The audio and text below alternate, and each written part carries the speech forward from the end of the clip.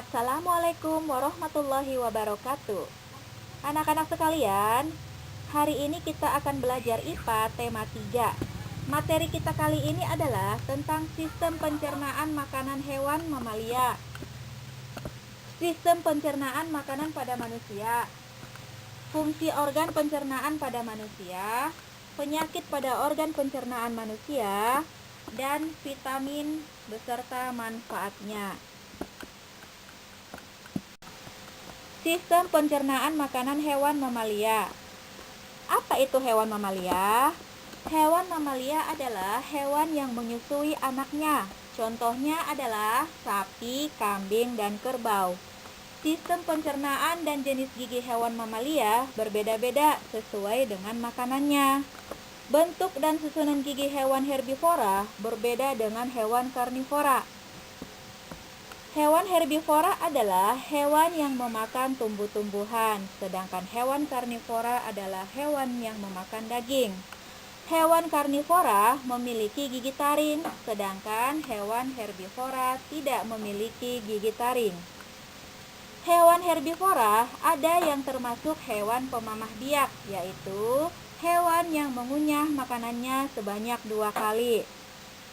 Saluran pencernaan hewan pemamah biak terdiri atas mulut, kerongkongan, lambung, usus besar, dan anus. Lambung terdiri atas perut besar, perut jala, perut kitab, dan perut masam.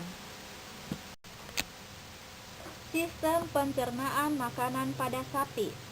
Sapi adalah salah satu hewan yang memamah biak. Makanan yang berupa rumput masuk ke kerongkongan menuju perut besar. Di perut besar, makanan disimpan sementara, kemudian masuk ke perut jala. Di dalam perut jala, makanan dicerna secara kimiawi dan menjadi gumpalan-gumpalan kecil. Gumpalan tersebut dikeluarkan kembali ke mulut untuk dimamah sampai lumat oleh geraham. Setelah dimamah, makanan ditelan lagi dan masuk ke perut kitab untuk digiling. Selanjutnya, makanan masuk ke perut masam. Di perut ini, makanan dicerna secara kimiawi oleh enzim-enzim. Akhirnya, sari makanan masuk ke usus halus, kemudian diserap dan diedarkan oleh darah ke seluruh tubuh. Sisa makanan akan keluar melalui anus.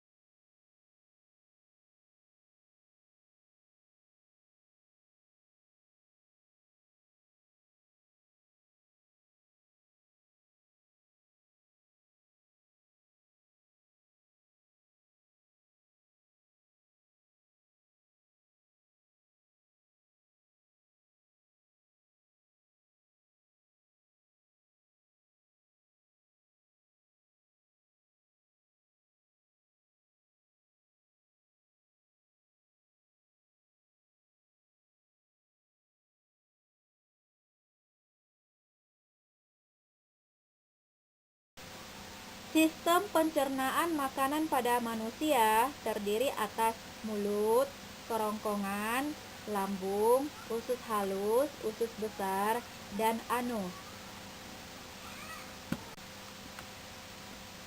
Fungsi organ pencernaan pada manusia. Setiap organ pencernaan manusia mempunyai fungsi sendiri-sendiri. Masing-masing organ akan bekerja sesuai dengan fungsinya tersebut. Berikut adalah nama dan fungsi organ pencernaan pada manusia. 1. Mulut. Proses pencernaan dimulai sejak makanan masuk ke dalam mulut. Di dalam rongga mulut, makanan mengalami pencernaan secara mekanik dan kimiawi. Di dalam mulut terdapat alat-alat yang membantu proses pencernaan, yaitu gigi, lidah, dan kelenjar ludah atau air liur. 2. Kerongkongan. Kerongkongan atau esofagus merupakan saluran penghubung antara rongga mulut dan lambung. Kerongkongan berfungsi sebagai jalan bagi makanan yang telah dikunyah dari mulut menuju lambung. Jadi, pada kerongkongan tidak terjadi proses pencernaan. 3. Lambung. Lambung merupakan kantong besar yang terletak di sebelah kiri rongga perut sebagai tempat terjadinya sejumlah proses pencernaan. 4. Usus halus. Usus halus merupakan tempat penyerapan sari-sari makanan dan tempat terjadinya proses pencernaan yang paling panjang. Usus halus terdiri atas usus 12 jari, usus kosong, dan usus penyerap. Di dalam usus halus terjadi proses pencernaan kimiawi dengan melibatkan berbagai enzim pencernaan. 5. Usus besar. Makanan yang tidak dicerna di usus halus, misalnya selulosa, bersama dengan lendir akan menuju ke usus besar menjadi feses. Di dalam usus besar terdapat bakteri Escherichia coli.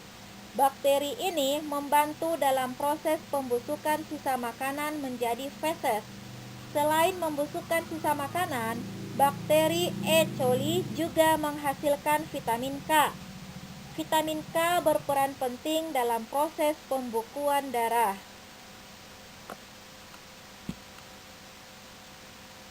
6. Anus. Anus merupakan lubang pembuangan feses dari tubuh. Sebelum dibuang lewat anus, feses ditampung terlebih dahulu pada bagian rektum.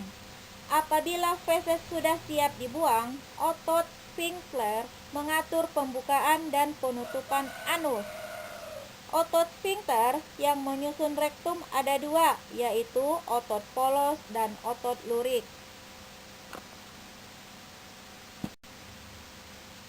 Nah, sekarang kita akan belajar beberapa penyakit pada organ pencernaan manusia.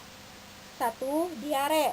Diare adalah penyakit di mana si penderita mengalami buang air besar bercampur air berkali-kali. Diare bisa disebabkan oleh virus, bakteri, alergi atau tidak tahan makanan tertentu, atau kurang gizi. Orang yang mengalami diare akan kehilangan banyak cairan tubuh, dan jika diare berlangsung lama, si penderita dapat mengalami dehidrasi. Untuk mengembalikan cairan tubuh yang hilang, penderita diberi oralit. Jika tidak ada, penggantinya ialah larutan garam dan gula. 2. Disentri. Disentri adalah penyakit yang menyerang usus.